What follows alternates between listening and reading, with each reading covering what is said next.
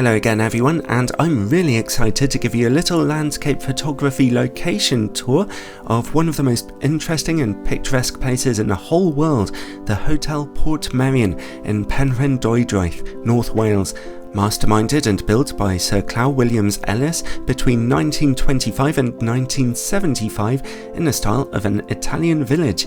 It's technically a hotel, but tourists are allowed to visit for a fee and they have to leave by 6 PM or so, whereas if you stay in one of its houses or in a hotel at the bottom of the village, you can roam free around the place all night long if you want to. When I was growing up, I was a bit of a fan of The Prisoner, the surreal 1960s cult spy drama with Patrick McGoohan, which was filmed here entirely, where the colours and walls and follies of the village seemed to take on a life of their own. Today, fans of the show meet here for yearly conventions, and you can buy Prisoner jackets in the gift shops too.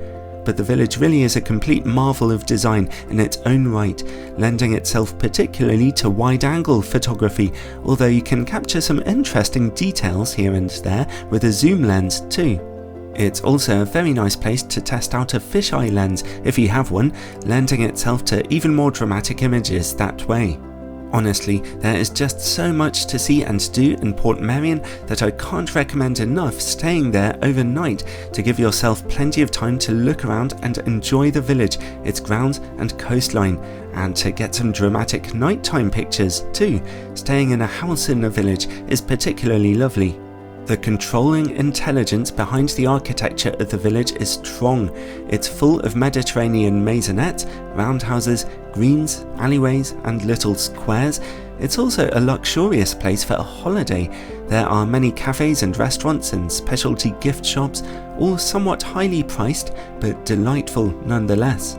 The village stretches down into a dramatic estuary with some beautiful walks and yet more unusual and picturesque buildings and statues. There is also tons of woodland off the side of the village with marked walks, landscaped areas, ponds and wildlife, and there's even a dog cemetery for those brave enough to explore that deeply, and I'm not kidding. There's no way I could make a video for you exploring every nook and cranny of this village. It's all right there for you if you visit, and the village itself is actually very small and easy to roam around. Try to avoid going on a day that's too overcast. The colours of the village don't come out so nicely.